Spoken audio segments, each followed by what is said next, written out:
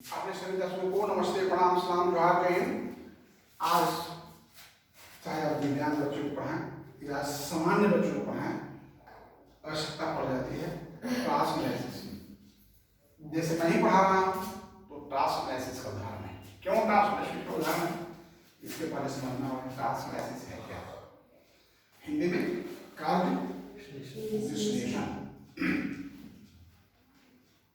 मैं कई बार बोला हूँ तुमको, कोई पुस्तक आपके पास आ जाए, आपको मिल जाए, अपने विषय की हो या आपकी इंटरेस्ट की हो, तो एक बार उसको थोड़ा और स्टडी करें। थोड़ा और स्टडी में क्या होगा, rightly read here is what is there is not. यहाँ क्या है, वहाँ क्या है, एक बार डायरेक्टली स्टडी मैंने कर लिया। सेकंड, हम उसमें चुन लेंगे कि क्या क्या हमें जानना जरूरी है। थर्ड क्या होगा, हमें क्या क्या पढ़ना होगा, क्या क्या याद करना और क्या क्या समझना।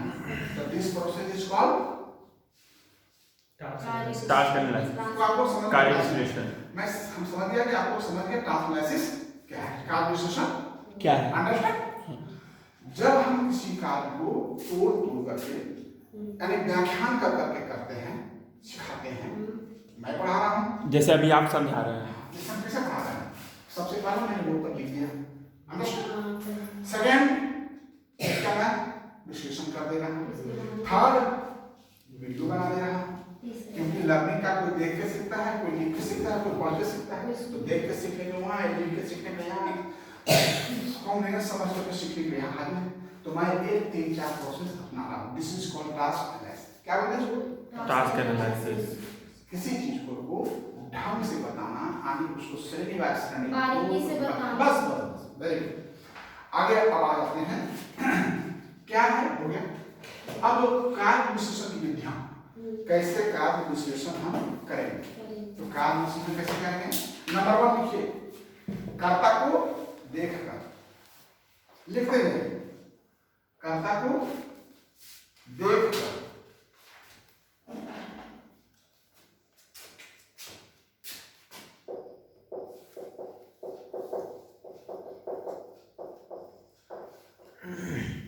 ठीक है, कर्ता को देखकर। ठीक है, अब दूसरा क्या होगा, स्व अवलोकन। स्व अवलोकन, ठीक है, स्व अवलोकन। तीसरा, बुद्धि चक्र, बुद्धि।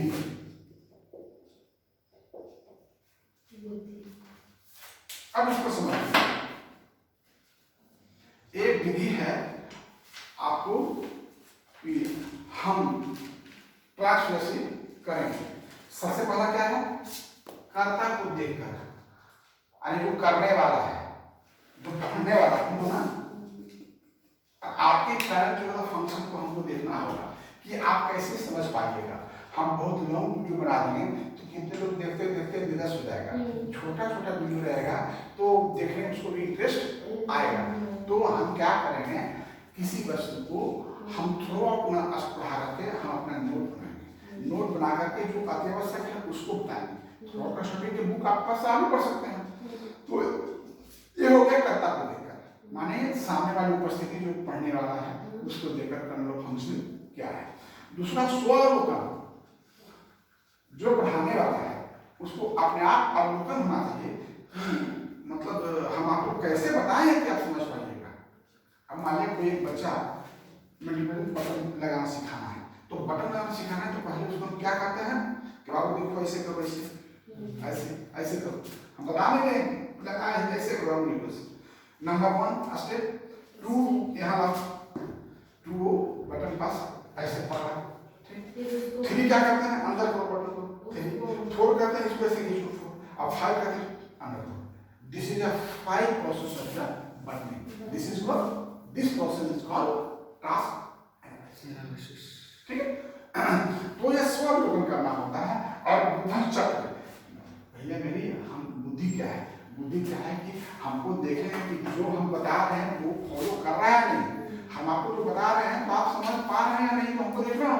अगर आप नहीं समझ पा रहे हैं तो हमारा पढ़ाना बेकार है, इसका कोई औचित्य नहीं है। अगर बच्चा का फाइन मोटर ठीक नहीं है तो नहीं कर पाएगा, तो उसको बताने से कोई फायदा नहीं। सबसे पहले उसको तो अदर ट्रेनिंग दीजिए, फाइन मोटर में फाइन मोटर जैसा कि आप बता रहे हैं। हाँ, तो ये देखना होगा ना, आपकी बुद्धि का होगा, वो हमको सिखाएंगे तो वो करेंगे, मोटर करना सीखेगा तभी तो वो बटन। हम उसी को पढ़ा सकते हैं जिसमें एबिलिटी है, जिसमें उस डेवलपमेंट का एबिलिटी नहीं है तो कैसे बताएंगे, तो फिर उस डेवलपमेंट के लिए जो प्रोसेस है उसको उपयोग करना पड़ेगा। अंडरस्टैंड? तो ये हमारा हो गया कार्य विश्लेषण की विधियां और कार्य विश्लेषण का उद्देश्य लिखिए। कार्य विश्लेषण का उद्देश्य नंबर 1,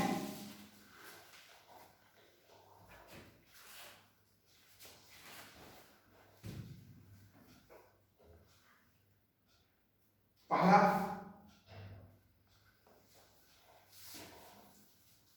कार्य करने के मौजूदा स्तर का निर्धारण।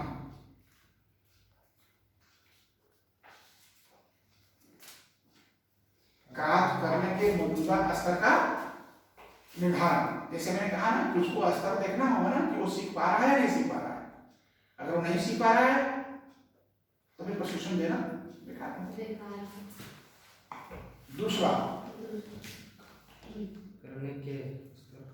हाँ, मैंने कार्य करने के मौजूदा स्तर का निर्धारण, और दूसरा है कार्य सिखाने की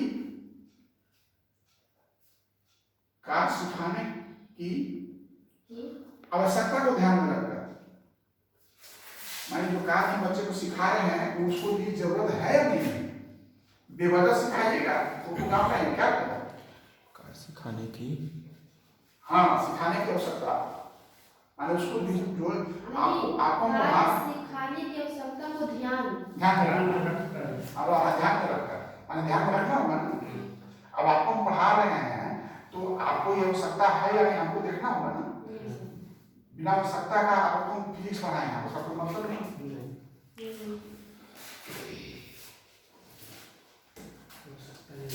इसके बाद बच्चों के पद्धति का निर्धारण,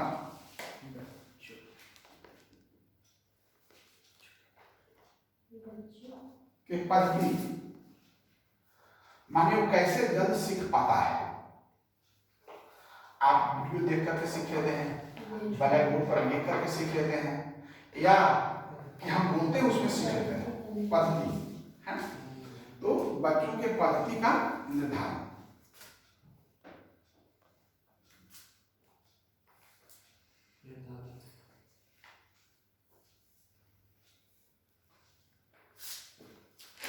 मैं बता चुका हूं। जब हम बच्चों के लिए कुछ टास्क पढ़ाने के लेते हैं तो उसको हम छोटे छोटे टास्क एक्सप्लेन करते हैं, यानी पढ़ाते हैं तो तोड़ कर पढ़ाते हैं। डायरेक्ट पढ़ा नहीं सकते हैं, क्योंकि उतना समझ नहीं सकते हैं। आज एक ही दिन में आपको हम पूरा 2 चैप्टर खत्म कर दें तो एक चैप्टर तो आपके दिमाग में रहे नहीं, दूसरा चैप्टर कहाँ समझ पाएंगे। तो इसलिए हमको छोटा छोटा बना करके करना पड़ता है। अब देखिए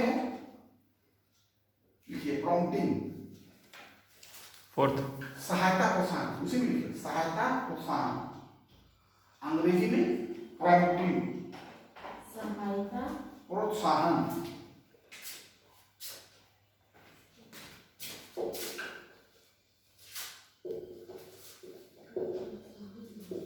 प्रॉम्प्टिंग, सहायता प्रोत्साहन।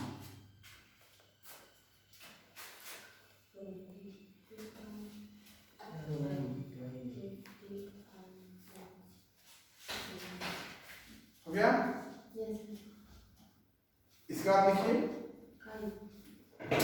Physical prompting, physical prompting, physical prompting हो गया।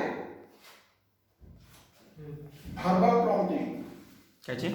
Verbal prompting, gesture prompting, gesture, हाँ जी gesture, gesture GASTUR, fading, fading, fading, fading, shaping, SHAPING, shaping, chaining. आज की क्लास में इतना ही समझिए, उसके बाद आगे एक बड़ा इंपॉर्टेंट चीज है और सबके लिए थ्रेडिंग है, थ्रेड बढ़िया है। नहीं तो लिख लिए जस्ट हाँ, थ्रेडिंग, शेपिंग एंड चेनिंग सब बहुत आसान शब्द है, थोड़ी समझना है इसको। प्रॉम्प्टिंग तो आप समझ गए।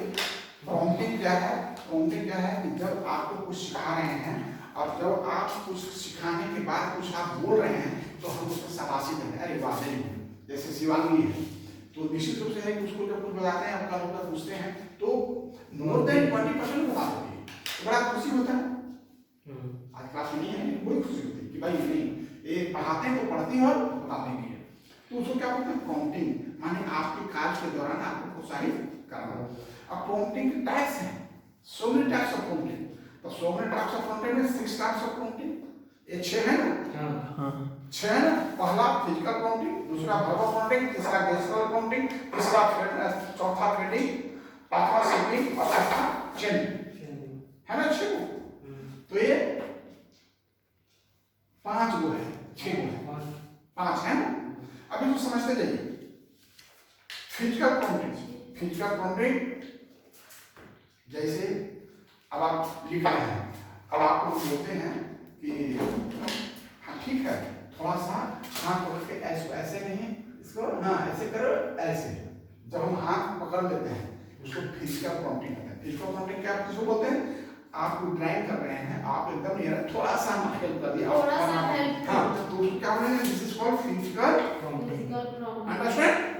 नंबर 2 क्या है? Verbal prompting. वर्बल प्रॉम्प्टिंग में है क्या कि जब कुछ आप बोल रहे हैं और बोलने पर थोड़ी सी गड़बड़ा रहे हैं तो उसमें हम एक शाब्दिक सहायता दे देंगे। शाब्दिक सहायता क्या है?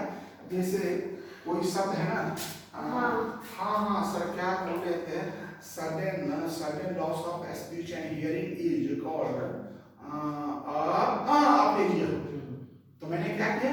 आप थोड़ा सा उसको हेल्प कीजिएगा, राइट? अंडरस्टैंड? उसके बाद क्या है? Gesture prompting. गेस्चर प्रॉम्प्टिंग है ना? है ना? चलो गेस्चर प्रॉम्प्टिंग, हम कोई आपने बात कर रहा है वहां से, दिस इज कॉल्ड गेस्चर। या स्टेज पर जब देखो डिफरेंट बच्चे लोग सॉन्ग करते हैं, डांस करते हैं, तो उसको एक बगल से छीन करके उसको गेस्चर प्रॉम्प्टिंग करता है। गेस्चर क्या करता है? इशारा देता है।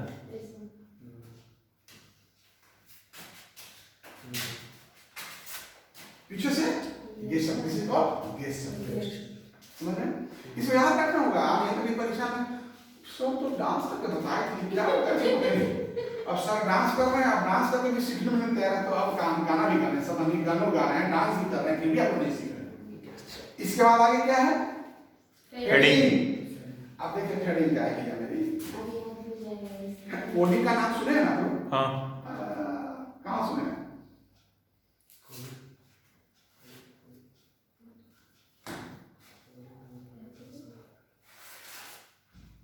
थ्रेडिंग का मतलब होता है जब आप लोग किसी काम को कर रहे हैं और आपके काम करने में निराशा उत्पन्न हो रहा है, ना छोड़ो यार, जीवन में बहुत पैसा लग रहा है, छोड़ो ना, ट्रेनिंग करने इतना पैसा कहाँ से लाख 1.5 लाख रुपया ना हो पाए, छोड़ो। आप 50 लाख रुपया खर्चा करके परीक्षा नहीं दिए, कितने लोग ऐसे कोर्स छोड़ दिए, तो उस समय मेरा काम क्या होगा? डूबते हुए तीन का पैसा नहीं कर, चलो आप क्यों 10-20 हजार की तुम भाग रहे हो? तो जब विद्यार्थी कुछ काम को करने में नहीं कर पा रहा है तो उस समय उसको सहायता करना, दिस इज कॉल्ड कोडिंग। क्या होता है वो? कोडिंग। अब शेपिंग, शेपिंग समझ रहे हो? शेपिंग का हिंदी क्या होता है जान रहे हो, है ना? Shaping prompting. तो शेपिंग क्या है? ये देखिए, जब कुछ आप काम करते हैं और करने में अगर थोड़ी बहुत कुछ दिक्कत होती है, जैसे मान लिया सपोज देखिए हमारा ये पेन है, ठीक, और ये पेन है और ये पेन को लगाने में हमको समझ नहीं आ रहा है कि इधर से लगाए इधर से लगाए, ठीक है, तो बच्चा खाना होगा तो ऐसे करो ना, ऐसे करो ना, ऐसे करो, लगा लगा। अब नहीं लग रहा है, उससे नहीं लग रहा है तो खाना को घुमाओ। मान लिया कि इसमें थ्रेडिंग है, ग्रिप बनाओ, ग्रिप पर घुमाओ। तो दिस इज कॉल्ड सेपिंग। यानी कुछ करने करते करते कुछ आकार में परिवर्तन हो गया, दिस इज कॉल्ड सेपिंग, सेपिंग प्रॉपर्टी। और आगे क्या है? चेनिंग। अब देखिए चेनिंग, चेनिंग तो आप जानते हैं। अब कोई बच्चा रो में खड़ा है, कॉमन रो, कॉमन रो, यानी एक लाइन में है, यानी किसी लक्ष्य व्यवहार को क्रिया विशेषण द्वारा छोटे छोटे में रखना और उन शब्द को क्रमबद्ध तरीके से माने व्यवहार विशेष को सीख पाना ही सीखा गया होता है। यानी जैसे उस बच्चे को आ जाएगा कि भाई छोटा बच्चा आगे बड़ा बच्चा पीछे, तो जो छोटा है छोटा नहीं, बड़ा बड़ा करने आ जाएगा। यानी वह कुछ ऐसा काम करे जिसके कारण आकार में परिवर्तन हो जाए, परिवर्तन के साथ उसके व्यवहार में कुछ परिवर्तन हो जाए, तो व्यवहार में परिवर्तन नहीं होगा। कल से बच्चा पहले लाइन में आ जाए तो छोटा अपने पास आ जाएगा, बड़ा अपने पास आ जाएगा, कुछ नहीं पड़ा। This is called चेनिंग, understand. तो आपका और चेनिंग भी दो तरह का होता है। चेनिंग का सब two types of chaining. Number one is forward training, लिख लो, forward training and backward training. Forward chaining and backward चेनिंग।